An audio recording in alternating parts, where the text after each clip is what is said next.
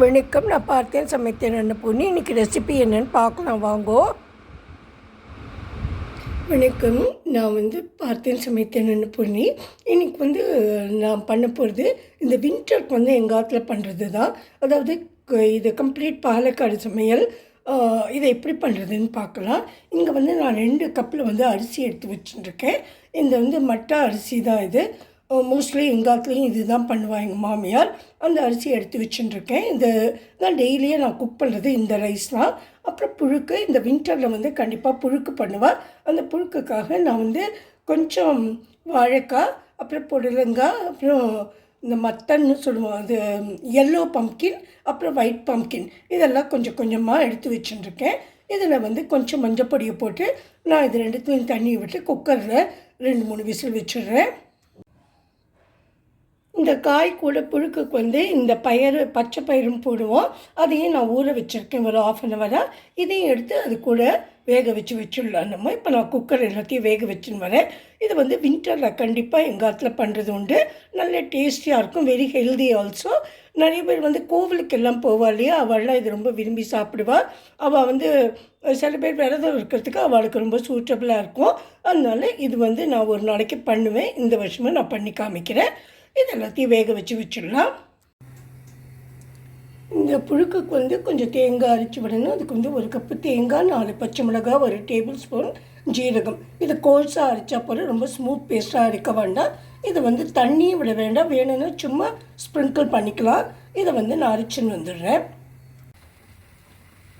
இப்போ இதுக்குள்ளே இந்த புழுக்குக்குள்ளே அரைப்பு நான் ரெடி பண்ணிவிட்டேன். இது மாதிரி திரியாக அரைச்சா போகிறேன், தண்ணியே விடலை. அந்த காயெல்லாம் நல்லா குக்கரும் ஆவியெல்லாம் போனதுக்கப்புறமா நம்ம அந்த காயை எடுத்துகிட்டு இதையும் அது கூட ஆட் பண்ணி உப்பும் போட்டு கொடுத்துடலாம். இப்போ இந்த காயெல்லாம் நல்லா வெந்துட்டு நான் எல்லாமே அதுக்கு ஆட் பண்ணி கொடுத்துட்டேங்க. அதுக்கு நான் தாளித்து கொட்டிட்டேன். இப்போ நம்மளோட புழுக்கு ரெடி ஆகிடுது.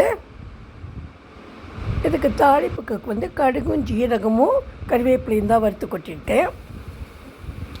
இந்த புழுக்குக்கு மேட்சிங்காக நான் பண்ண போகிறது மோருன்னு சொல்லுவோம் நாங்கள். அதாவது 2 ஆப்ப தயிர் எடுத்து வச்சுட்டுருக்கேன். இது ஒரு சிம்பிளாக இருக்கிறது தான், very tasty and very healthy also. இதை வச்சுட்டுட்டு அதில் 1 கப்பு தண்ணியை விட்டு நல்லா மசக்கி வச்சுக்கலாம். அதுக்கப்புறம் இதில் உப்பு, மஞ்சப்பொடி, கொஞ்சமாக ஜீரகப்பொடி, 1 டேபிள் ஸ்பூன் பெப்பர் பவுடர், மிளகு பவுடர், இதெல்லாம் போட்டு நல்லா இலக்கிட்டு லேசாக சூடு வந்ததுக்கப்புறமா நம்ம எடுத்து வச்சிடலாம். அதுக்கப்புறம் இது தாளிக்கிறதுக்கு 1 டேபிள் ஸ்பூன் தேங்காய் எண்ணெய், இதில் கடுகு, கொஞ்சம் மெந்தியம் இல்லைன்னா கஸ்தூரி மேத்தி, இதை போட்டுட்டு அது கடுகு வெடித்ததுக்கப்புறம் இது கூட ஆட் பண்ணிவிட்டு அந்த சூடு இருக்கும்போதே அந்த கடாயிலேயே நீங்கள் வேணும்னா ஒரே 1 பச்சை மிளகாயும் கொஞ்சம் கருவேப்பிலையும் போட்டு நல்லா வதக்கிட்டு அந்த சூட்டிலேயே அது வதங்கிடும். இது கூட ஆட் பண்ணிடலாம்.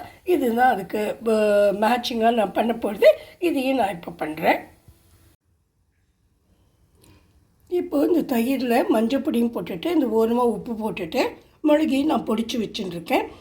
இது எல்லாத்தையும் போட்டுடலாம். அப்புறம் லாஸ்ட்டாக தாளிக்கும் போது நான் சொல்ல மறந்துட்டேன், கொஞ்சமாக பெருங்காயமும் நம்ம போட்டுக்கலாம், பெருங்காய பொடியும்.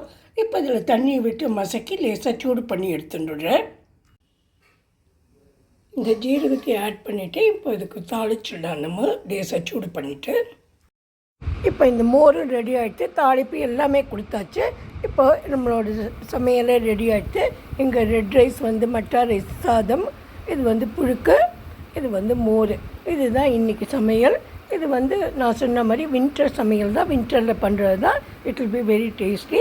நீங்களும் ஒரு நாள் ட்ரை பண்ணுங்க. Hope you all will like this. Please subscribe to my channel. Thank you friends. எல்லோரும் லைக் பண்ணுங்கோ, ஷேர் பண்ணுங்கோ, பாருங்கோ, சப்போர்ட் பண்ணுங்கோ. தேங்க்யூ.